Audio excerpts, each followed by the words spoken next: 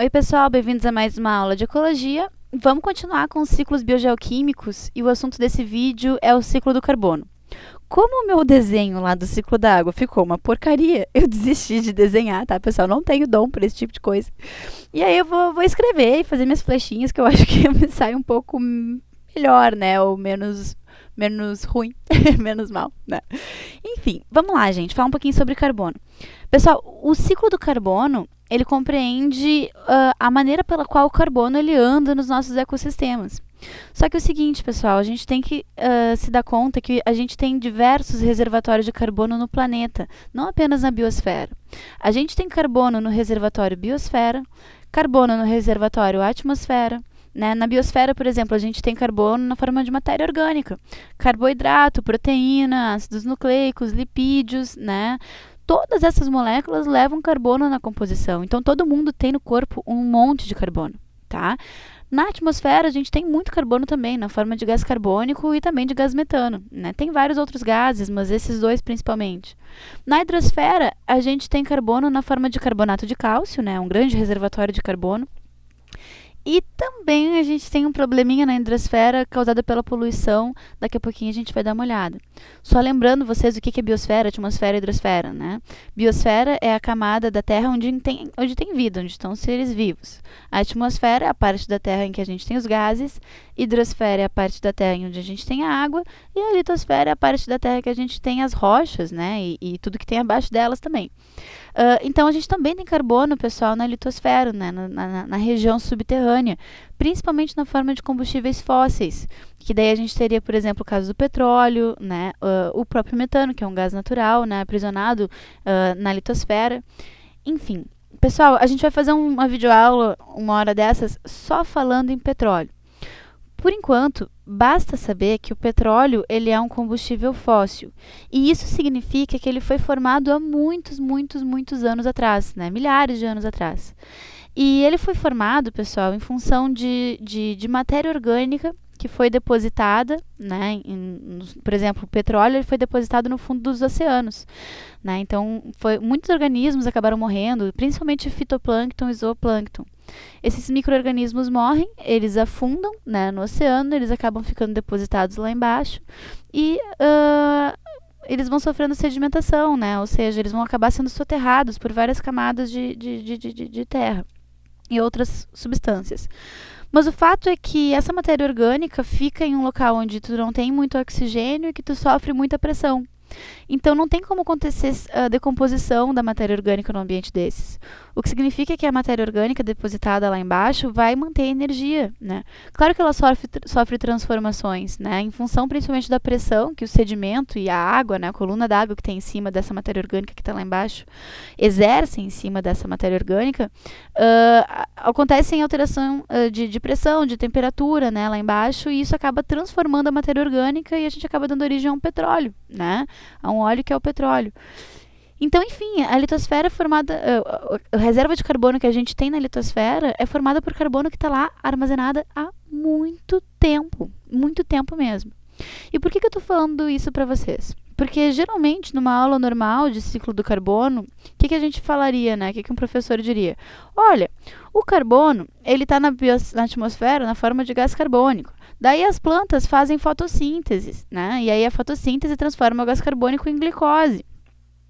A glicose, né, C6H12O6, tem carbono e esse carbono vai ser transferido para as plantas como fonte de matéria e energia, para os animais como fonte de matéria e energia, e aí quando esses animais morrerem, né, ou forem devorados, ou forem, enfim, né, quando a gente come a glicose, e qualquer matéria orgânica derivada, né, desse processo, a gente acaba tendo que fazer um processo chamado respiração celular. E a respiração celular, né, que muitos decompositores fazem, a respiração celular, acaba devolvendo o carbono que estava lá na glicose para a atmosfera na forma de gás carbônico. Olha que legal o ciclo do carbono.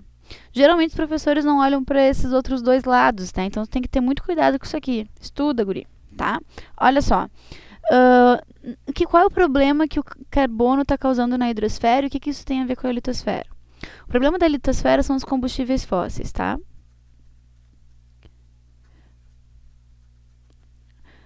O petróleo, por exemplo, é a principal forma de fonte de energia que o Brasil tem, tá? Porque a gente usa esse petróleo, eu não estou falando de energia elétrica, tá? A matriz elétrica a gente tem aí dentro de biocombustíveis, depois entra a hidrelétrica.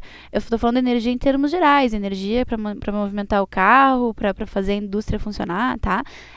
A maior parte da energia que o Brasil utiliza vem dos combustíveis fósseis, vem do petróleo, tá?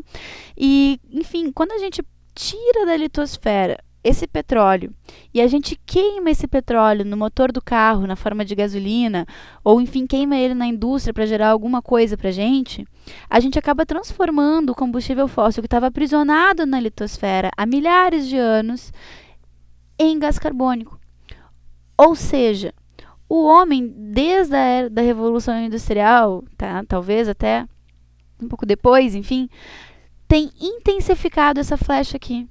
Né? A gente está tirando o carbono que estava aprisionado na litosfera há muito tempo e tocando esse carbono na atmosfera, sendo que a atmosfera está ficando mais saturada, né, em gás carbônico, está ficando mais pesada, está armazenando cada vez mais gás carbônico. E isso é um problema, pessoal. Por quê? Porque esse excesso de gás carbônico pode agravar o efeito estufa, causando o aquecimento global, assunto de um dos nossos primeiros vídeos, né, de ecologia, dá uma olhada lá. E ele também acaba atingindo a hidrosfera. A água, quando ela interage com esse gás carbônico atmosférico, ela acaba formando um ácido chamado ácido carbônico. Então, vocês vejam que a nossa maneira de viver, de gerar energia, ela acaba, pessoal, mexendo no pH dos oceanos. A gente está deixando o oceano cada vez mais ácido. E isso é um problema, pessoal, porque cerca de 40% da biodiversidade marinha tem na sua composição química o tal do carbonato de cálcio que eu falei para vocês, né? E esse ácido, pessoal, ácido carbônico, ele impede a formação do carbonato de cálcio por todos os organismos que utilizam isso, tá? E quem são esses caras? São moluscos que têm carbonato de cálcio na conchinha, são esponjas que têm carbonato de cálcio nas suas espículas, são os recifes de corais que têm carbonato de cálcio no seu esqueleto, esses animais são quinidários, né?